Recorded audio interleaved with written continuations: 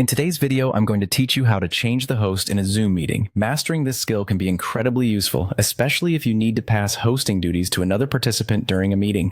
Let's dive into this process and ensure you can make these changes smoothly and confidently. First, start by opening and beginning your Zoom meeting as the current host. This is essential because you can only change hosts if you hold the hosting privileges at the start. Once your meeting is in full swing, take a moment to look at the bottom of your Zoom window, where you'll find an icon labeled Participants. Go ahead and click on it. This will open a pane to the right of your screen where you can see a list of all the meeting attendees. Now, scroll through the list of participants until you find the person you want to designate as the new host. It's helpful to know who you plan to make the host beforehand to streamline this process. Once you've located their name in the list, hover your mouse over their name. As you hover, you'll notice that a small button labeled More appears right next to their name.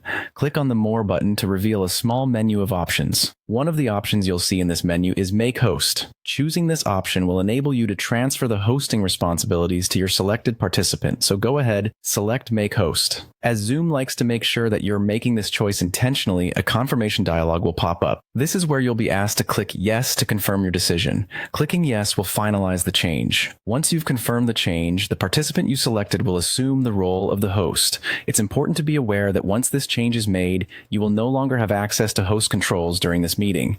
This means you'll be handing over the reins entirely to the new host, who will now have the ability to manage participants, share screens, and utilize all host-specific features.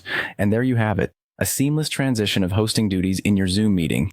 This method is straightforward and ensures that your meetings continue without interruption, even if you need to step back from hosting duties. Remember, practice this a few times during test meetings to familiarize yourself with the process, and soon you'll be confidently changing hosts whenever the need arises. Thanks for watching, and happy Zooming.